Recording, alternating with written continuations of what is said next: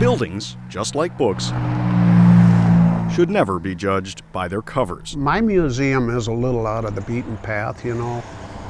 From the outside, this looks like an oversized tool shed. We got some really neat hats. Quite an attractive car. It was used in Greencastle, Indiana. Plus the president rode in it. But 66-year-old Wayne Lensing, This was Ulysses S. Grant's carriage. has built a palace of quirky history here, I'd get it one piece at a time, and it just over the Wisconsin border in Roscoe, Illinois. be when I come through your town. Lensing is a self-made millionaire who earned his money in the auto industry. This 1960 Cadillac is the piece that started this whole museum. One thing led to another, This 1962 Lincoln. and another. 65 Lincoln. 62 Cadillac. 1950 Lincoln limousine was used by our President Truman. You get the point.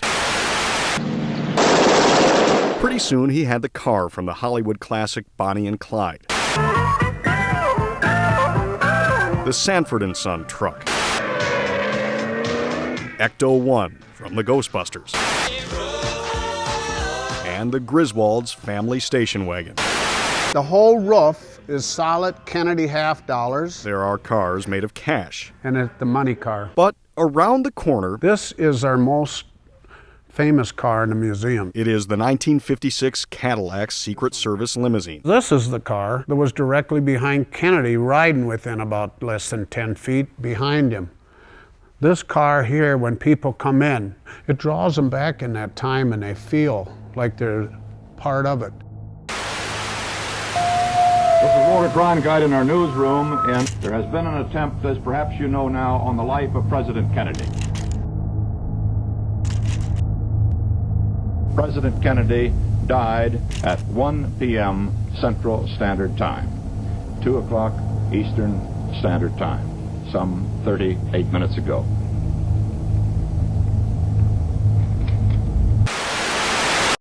The underpass. When Lensing bought this car, he didn't realize it would spark a kind of kinship with Kennedy. He just kept collecting. I have over 400 different items of Kennedy, and there's still writings. There are other exhibits associated with the assassination, a piece of the fence from the grassy knoll, This stuff went to Evelyn Lincoln. the contents of Kennedy's briefcase on that day, This is the one adjacent. even a window from the Texas Book Depository. But perhaps the item that stirs the most emotion is this, a 130-pound slab of stone engraved with a cross, dates, and the name of the most infamous assassin in U.S. history. There is Lee Oswald. He's been shot.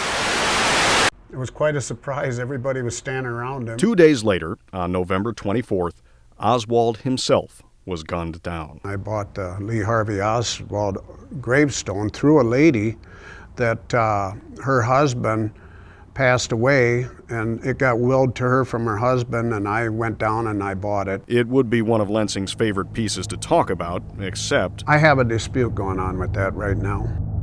it may not rest in peace here in Roscoe much longer. David Card, a Texas nightclub owner, is suing to bring it back to Dallas. When Oswald's mother Marguerite died, the Card family bought the house. Oswald's mother had hidden the tombstone in the crawl space after teenagers had stolen it. The date it got stolen, November 22nd. 4 years to the day after Kennedy's assassination. It was returned a few days later, but she feared vandals might strike again, so she replaced it with one that simply read Oswald. That remains at a Fort Worth cemetery. The lawsuit alleges that Oswald's family asked Card's step-aunt to take the original headstone for safekeeping. Over the years, it ended up in the hands of Card's step-cousin, who eventually sold it to Lensing for some $10,000. That darn thing laid dormant since 1981. And it's funny, after I bought that and I had it on my website, if all the family and all the kinfolk and all of everybody thinks they need to all of a sudden after all these years need to have part ownership of that thing and they want it all back. You know, I bought it in good faith. I bought it with owner title, you know. Title means a receipt. We signed out a contract. Gosh, it's hard. Hard to have the headstone dispute unresolved. But until it is, Oswald's grave marker will stay here in Roscoe, I'd get it one. tucked next to the treasures of history Wouldn't cost me a. and Hollywood, You know it's me. in a nondescript building in Roscoe, Illinois. It is a long ways from home. But so is a lot of other artifacts. In Roscoe, Mike Lowe, Fox 6 News.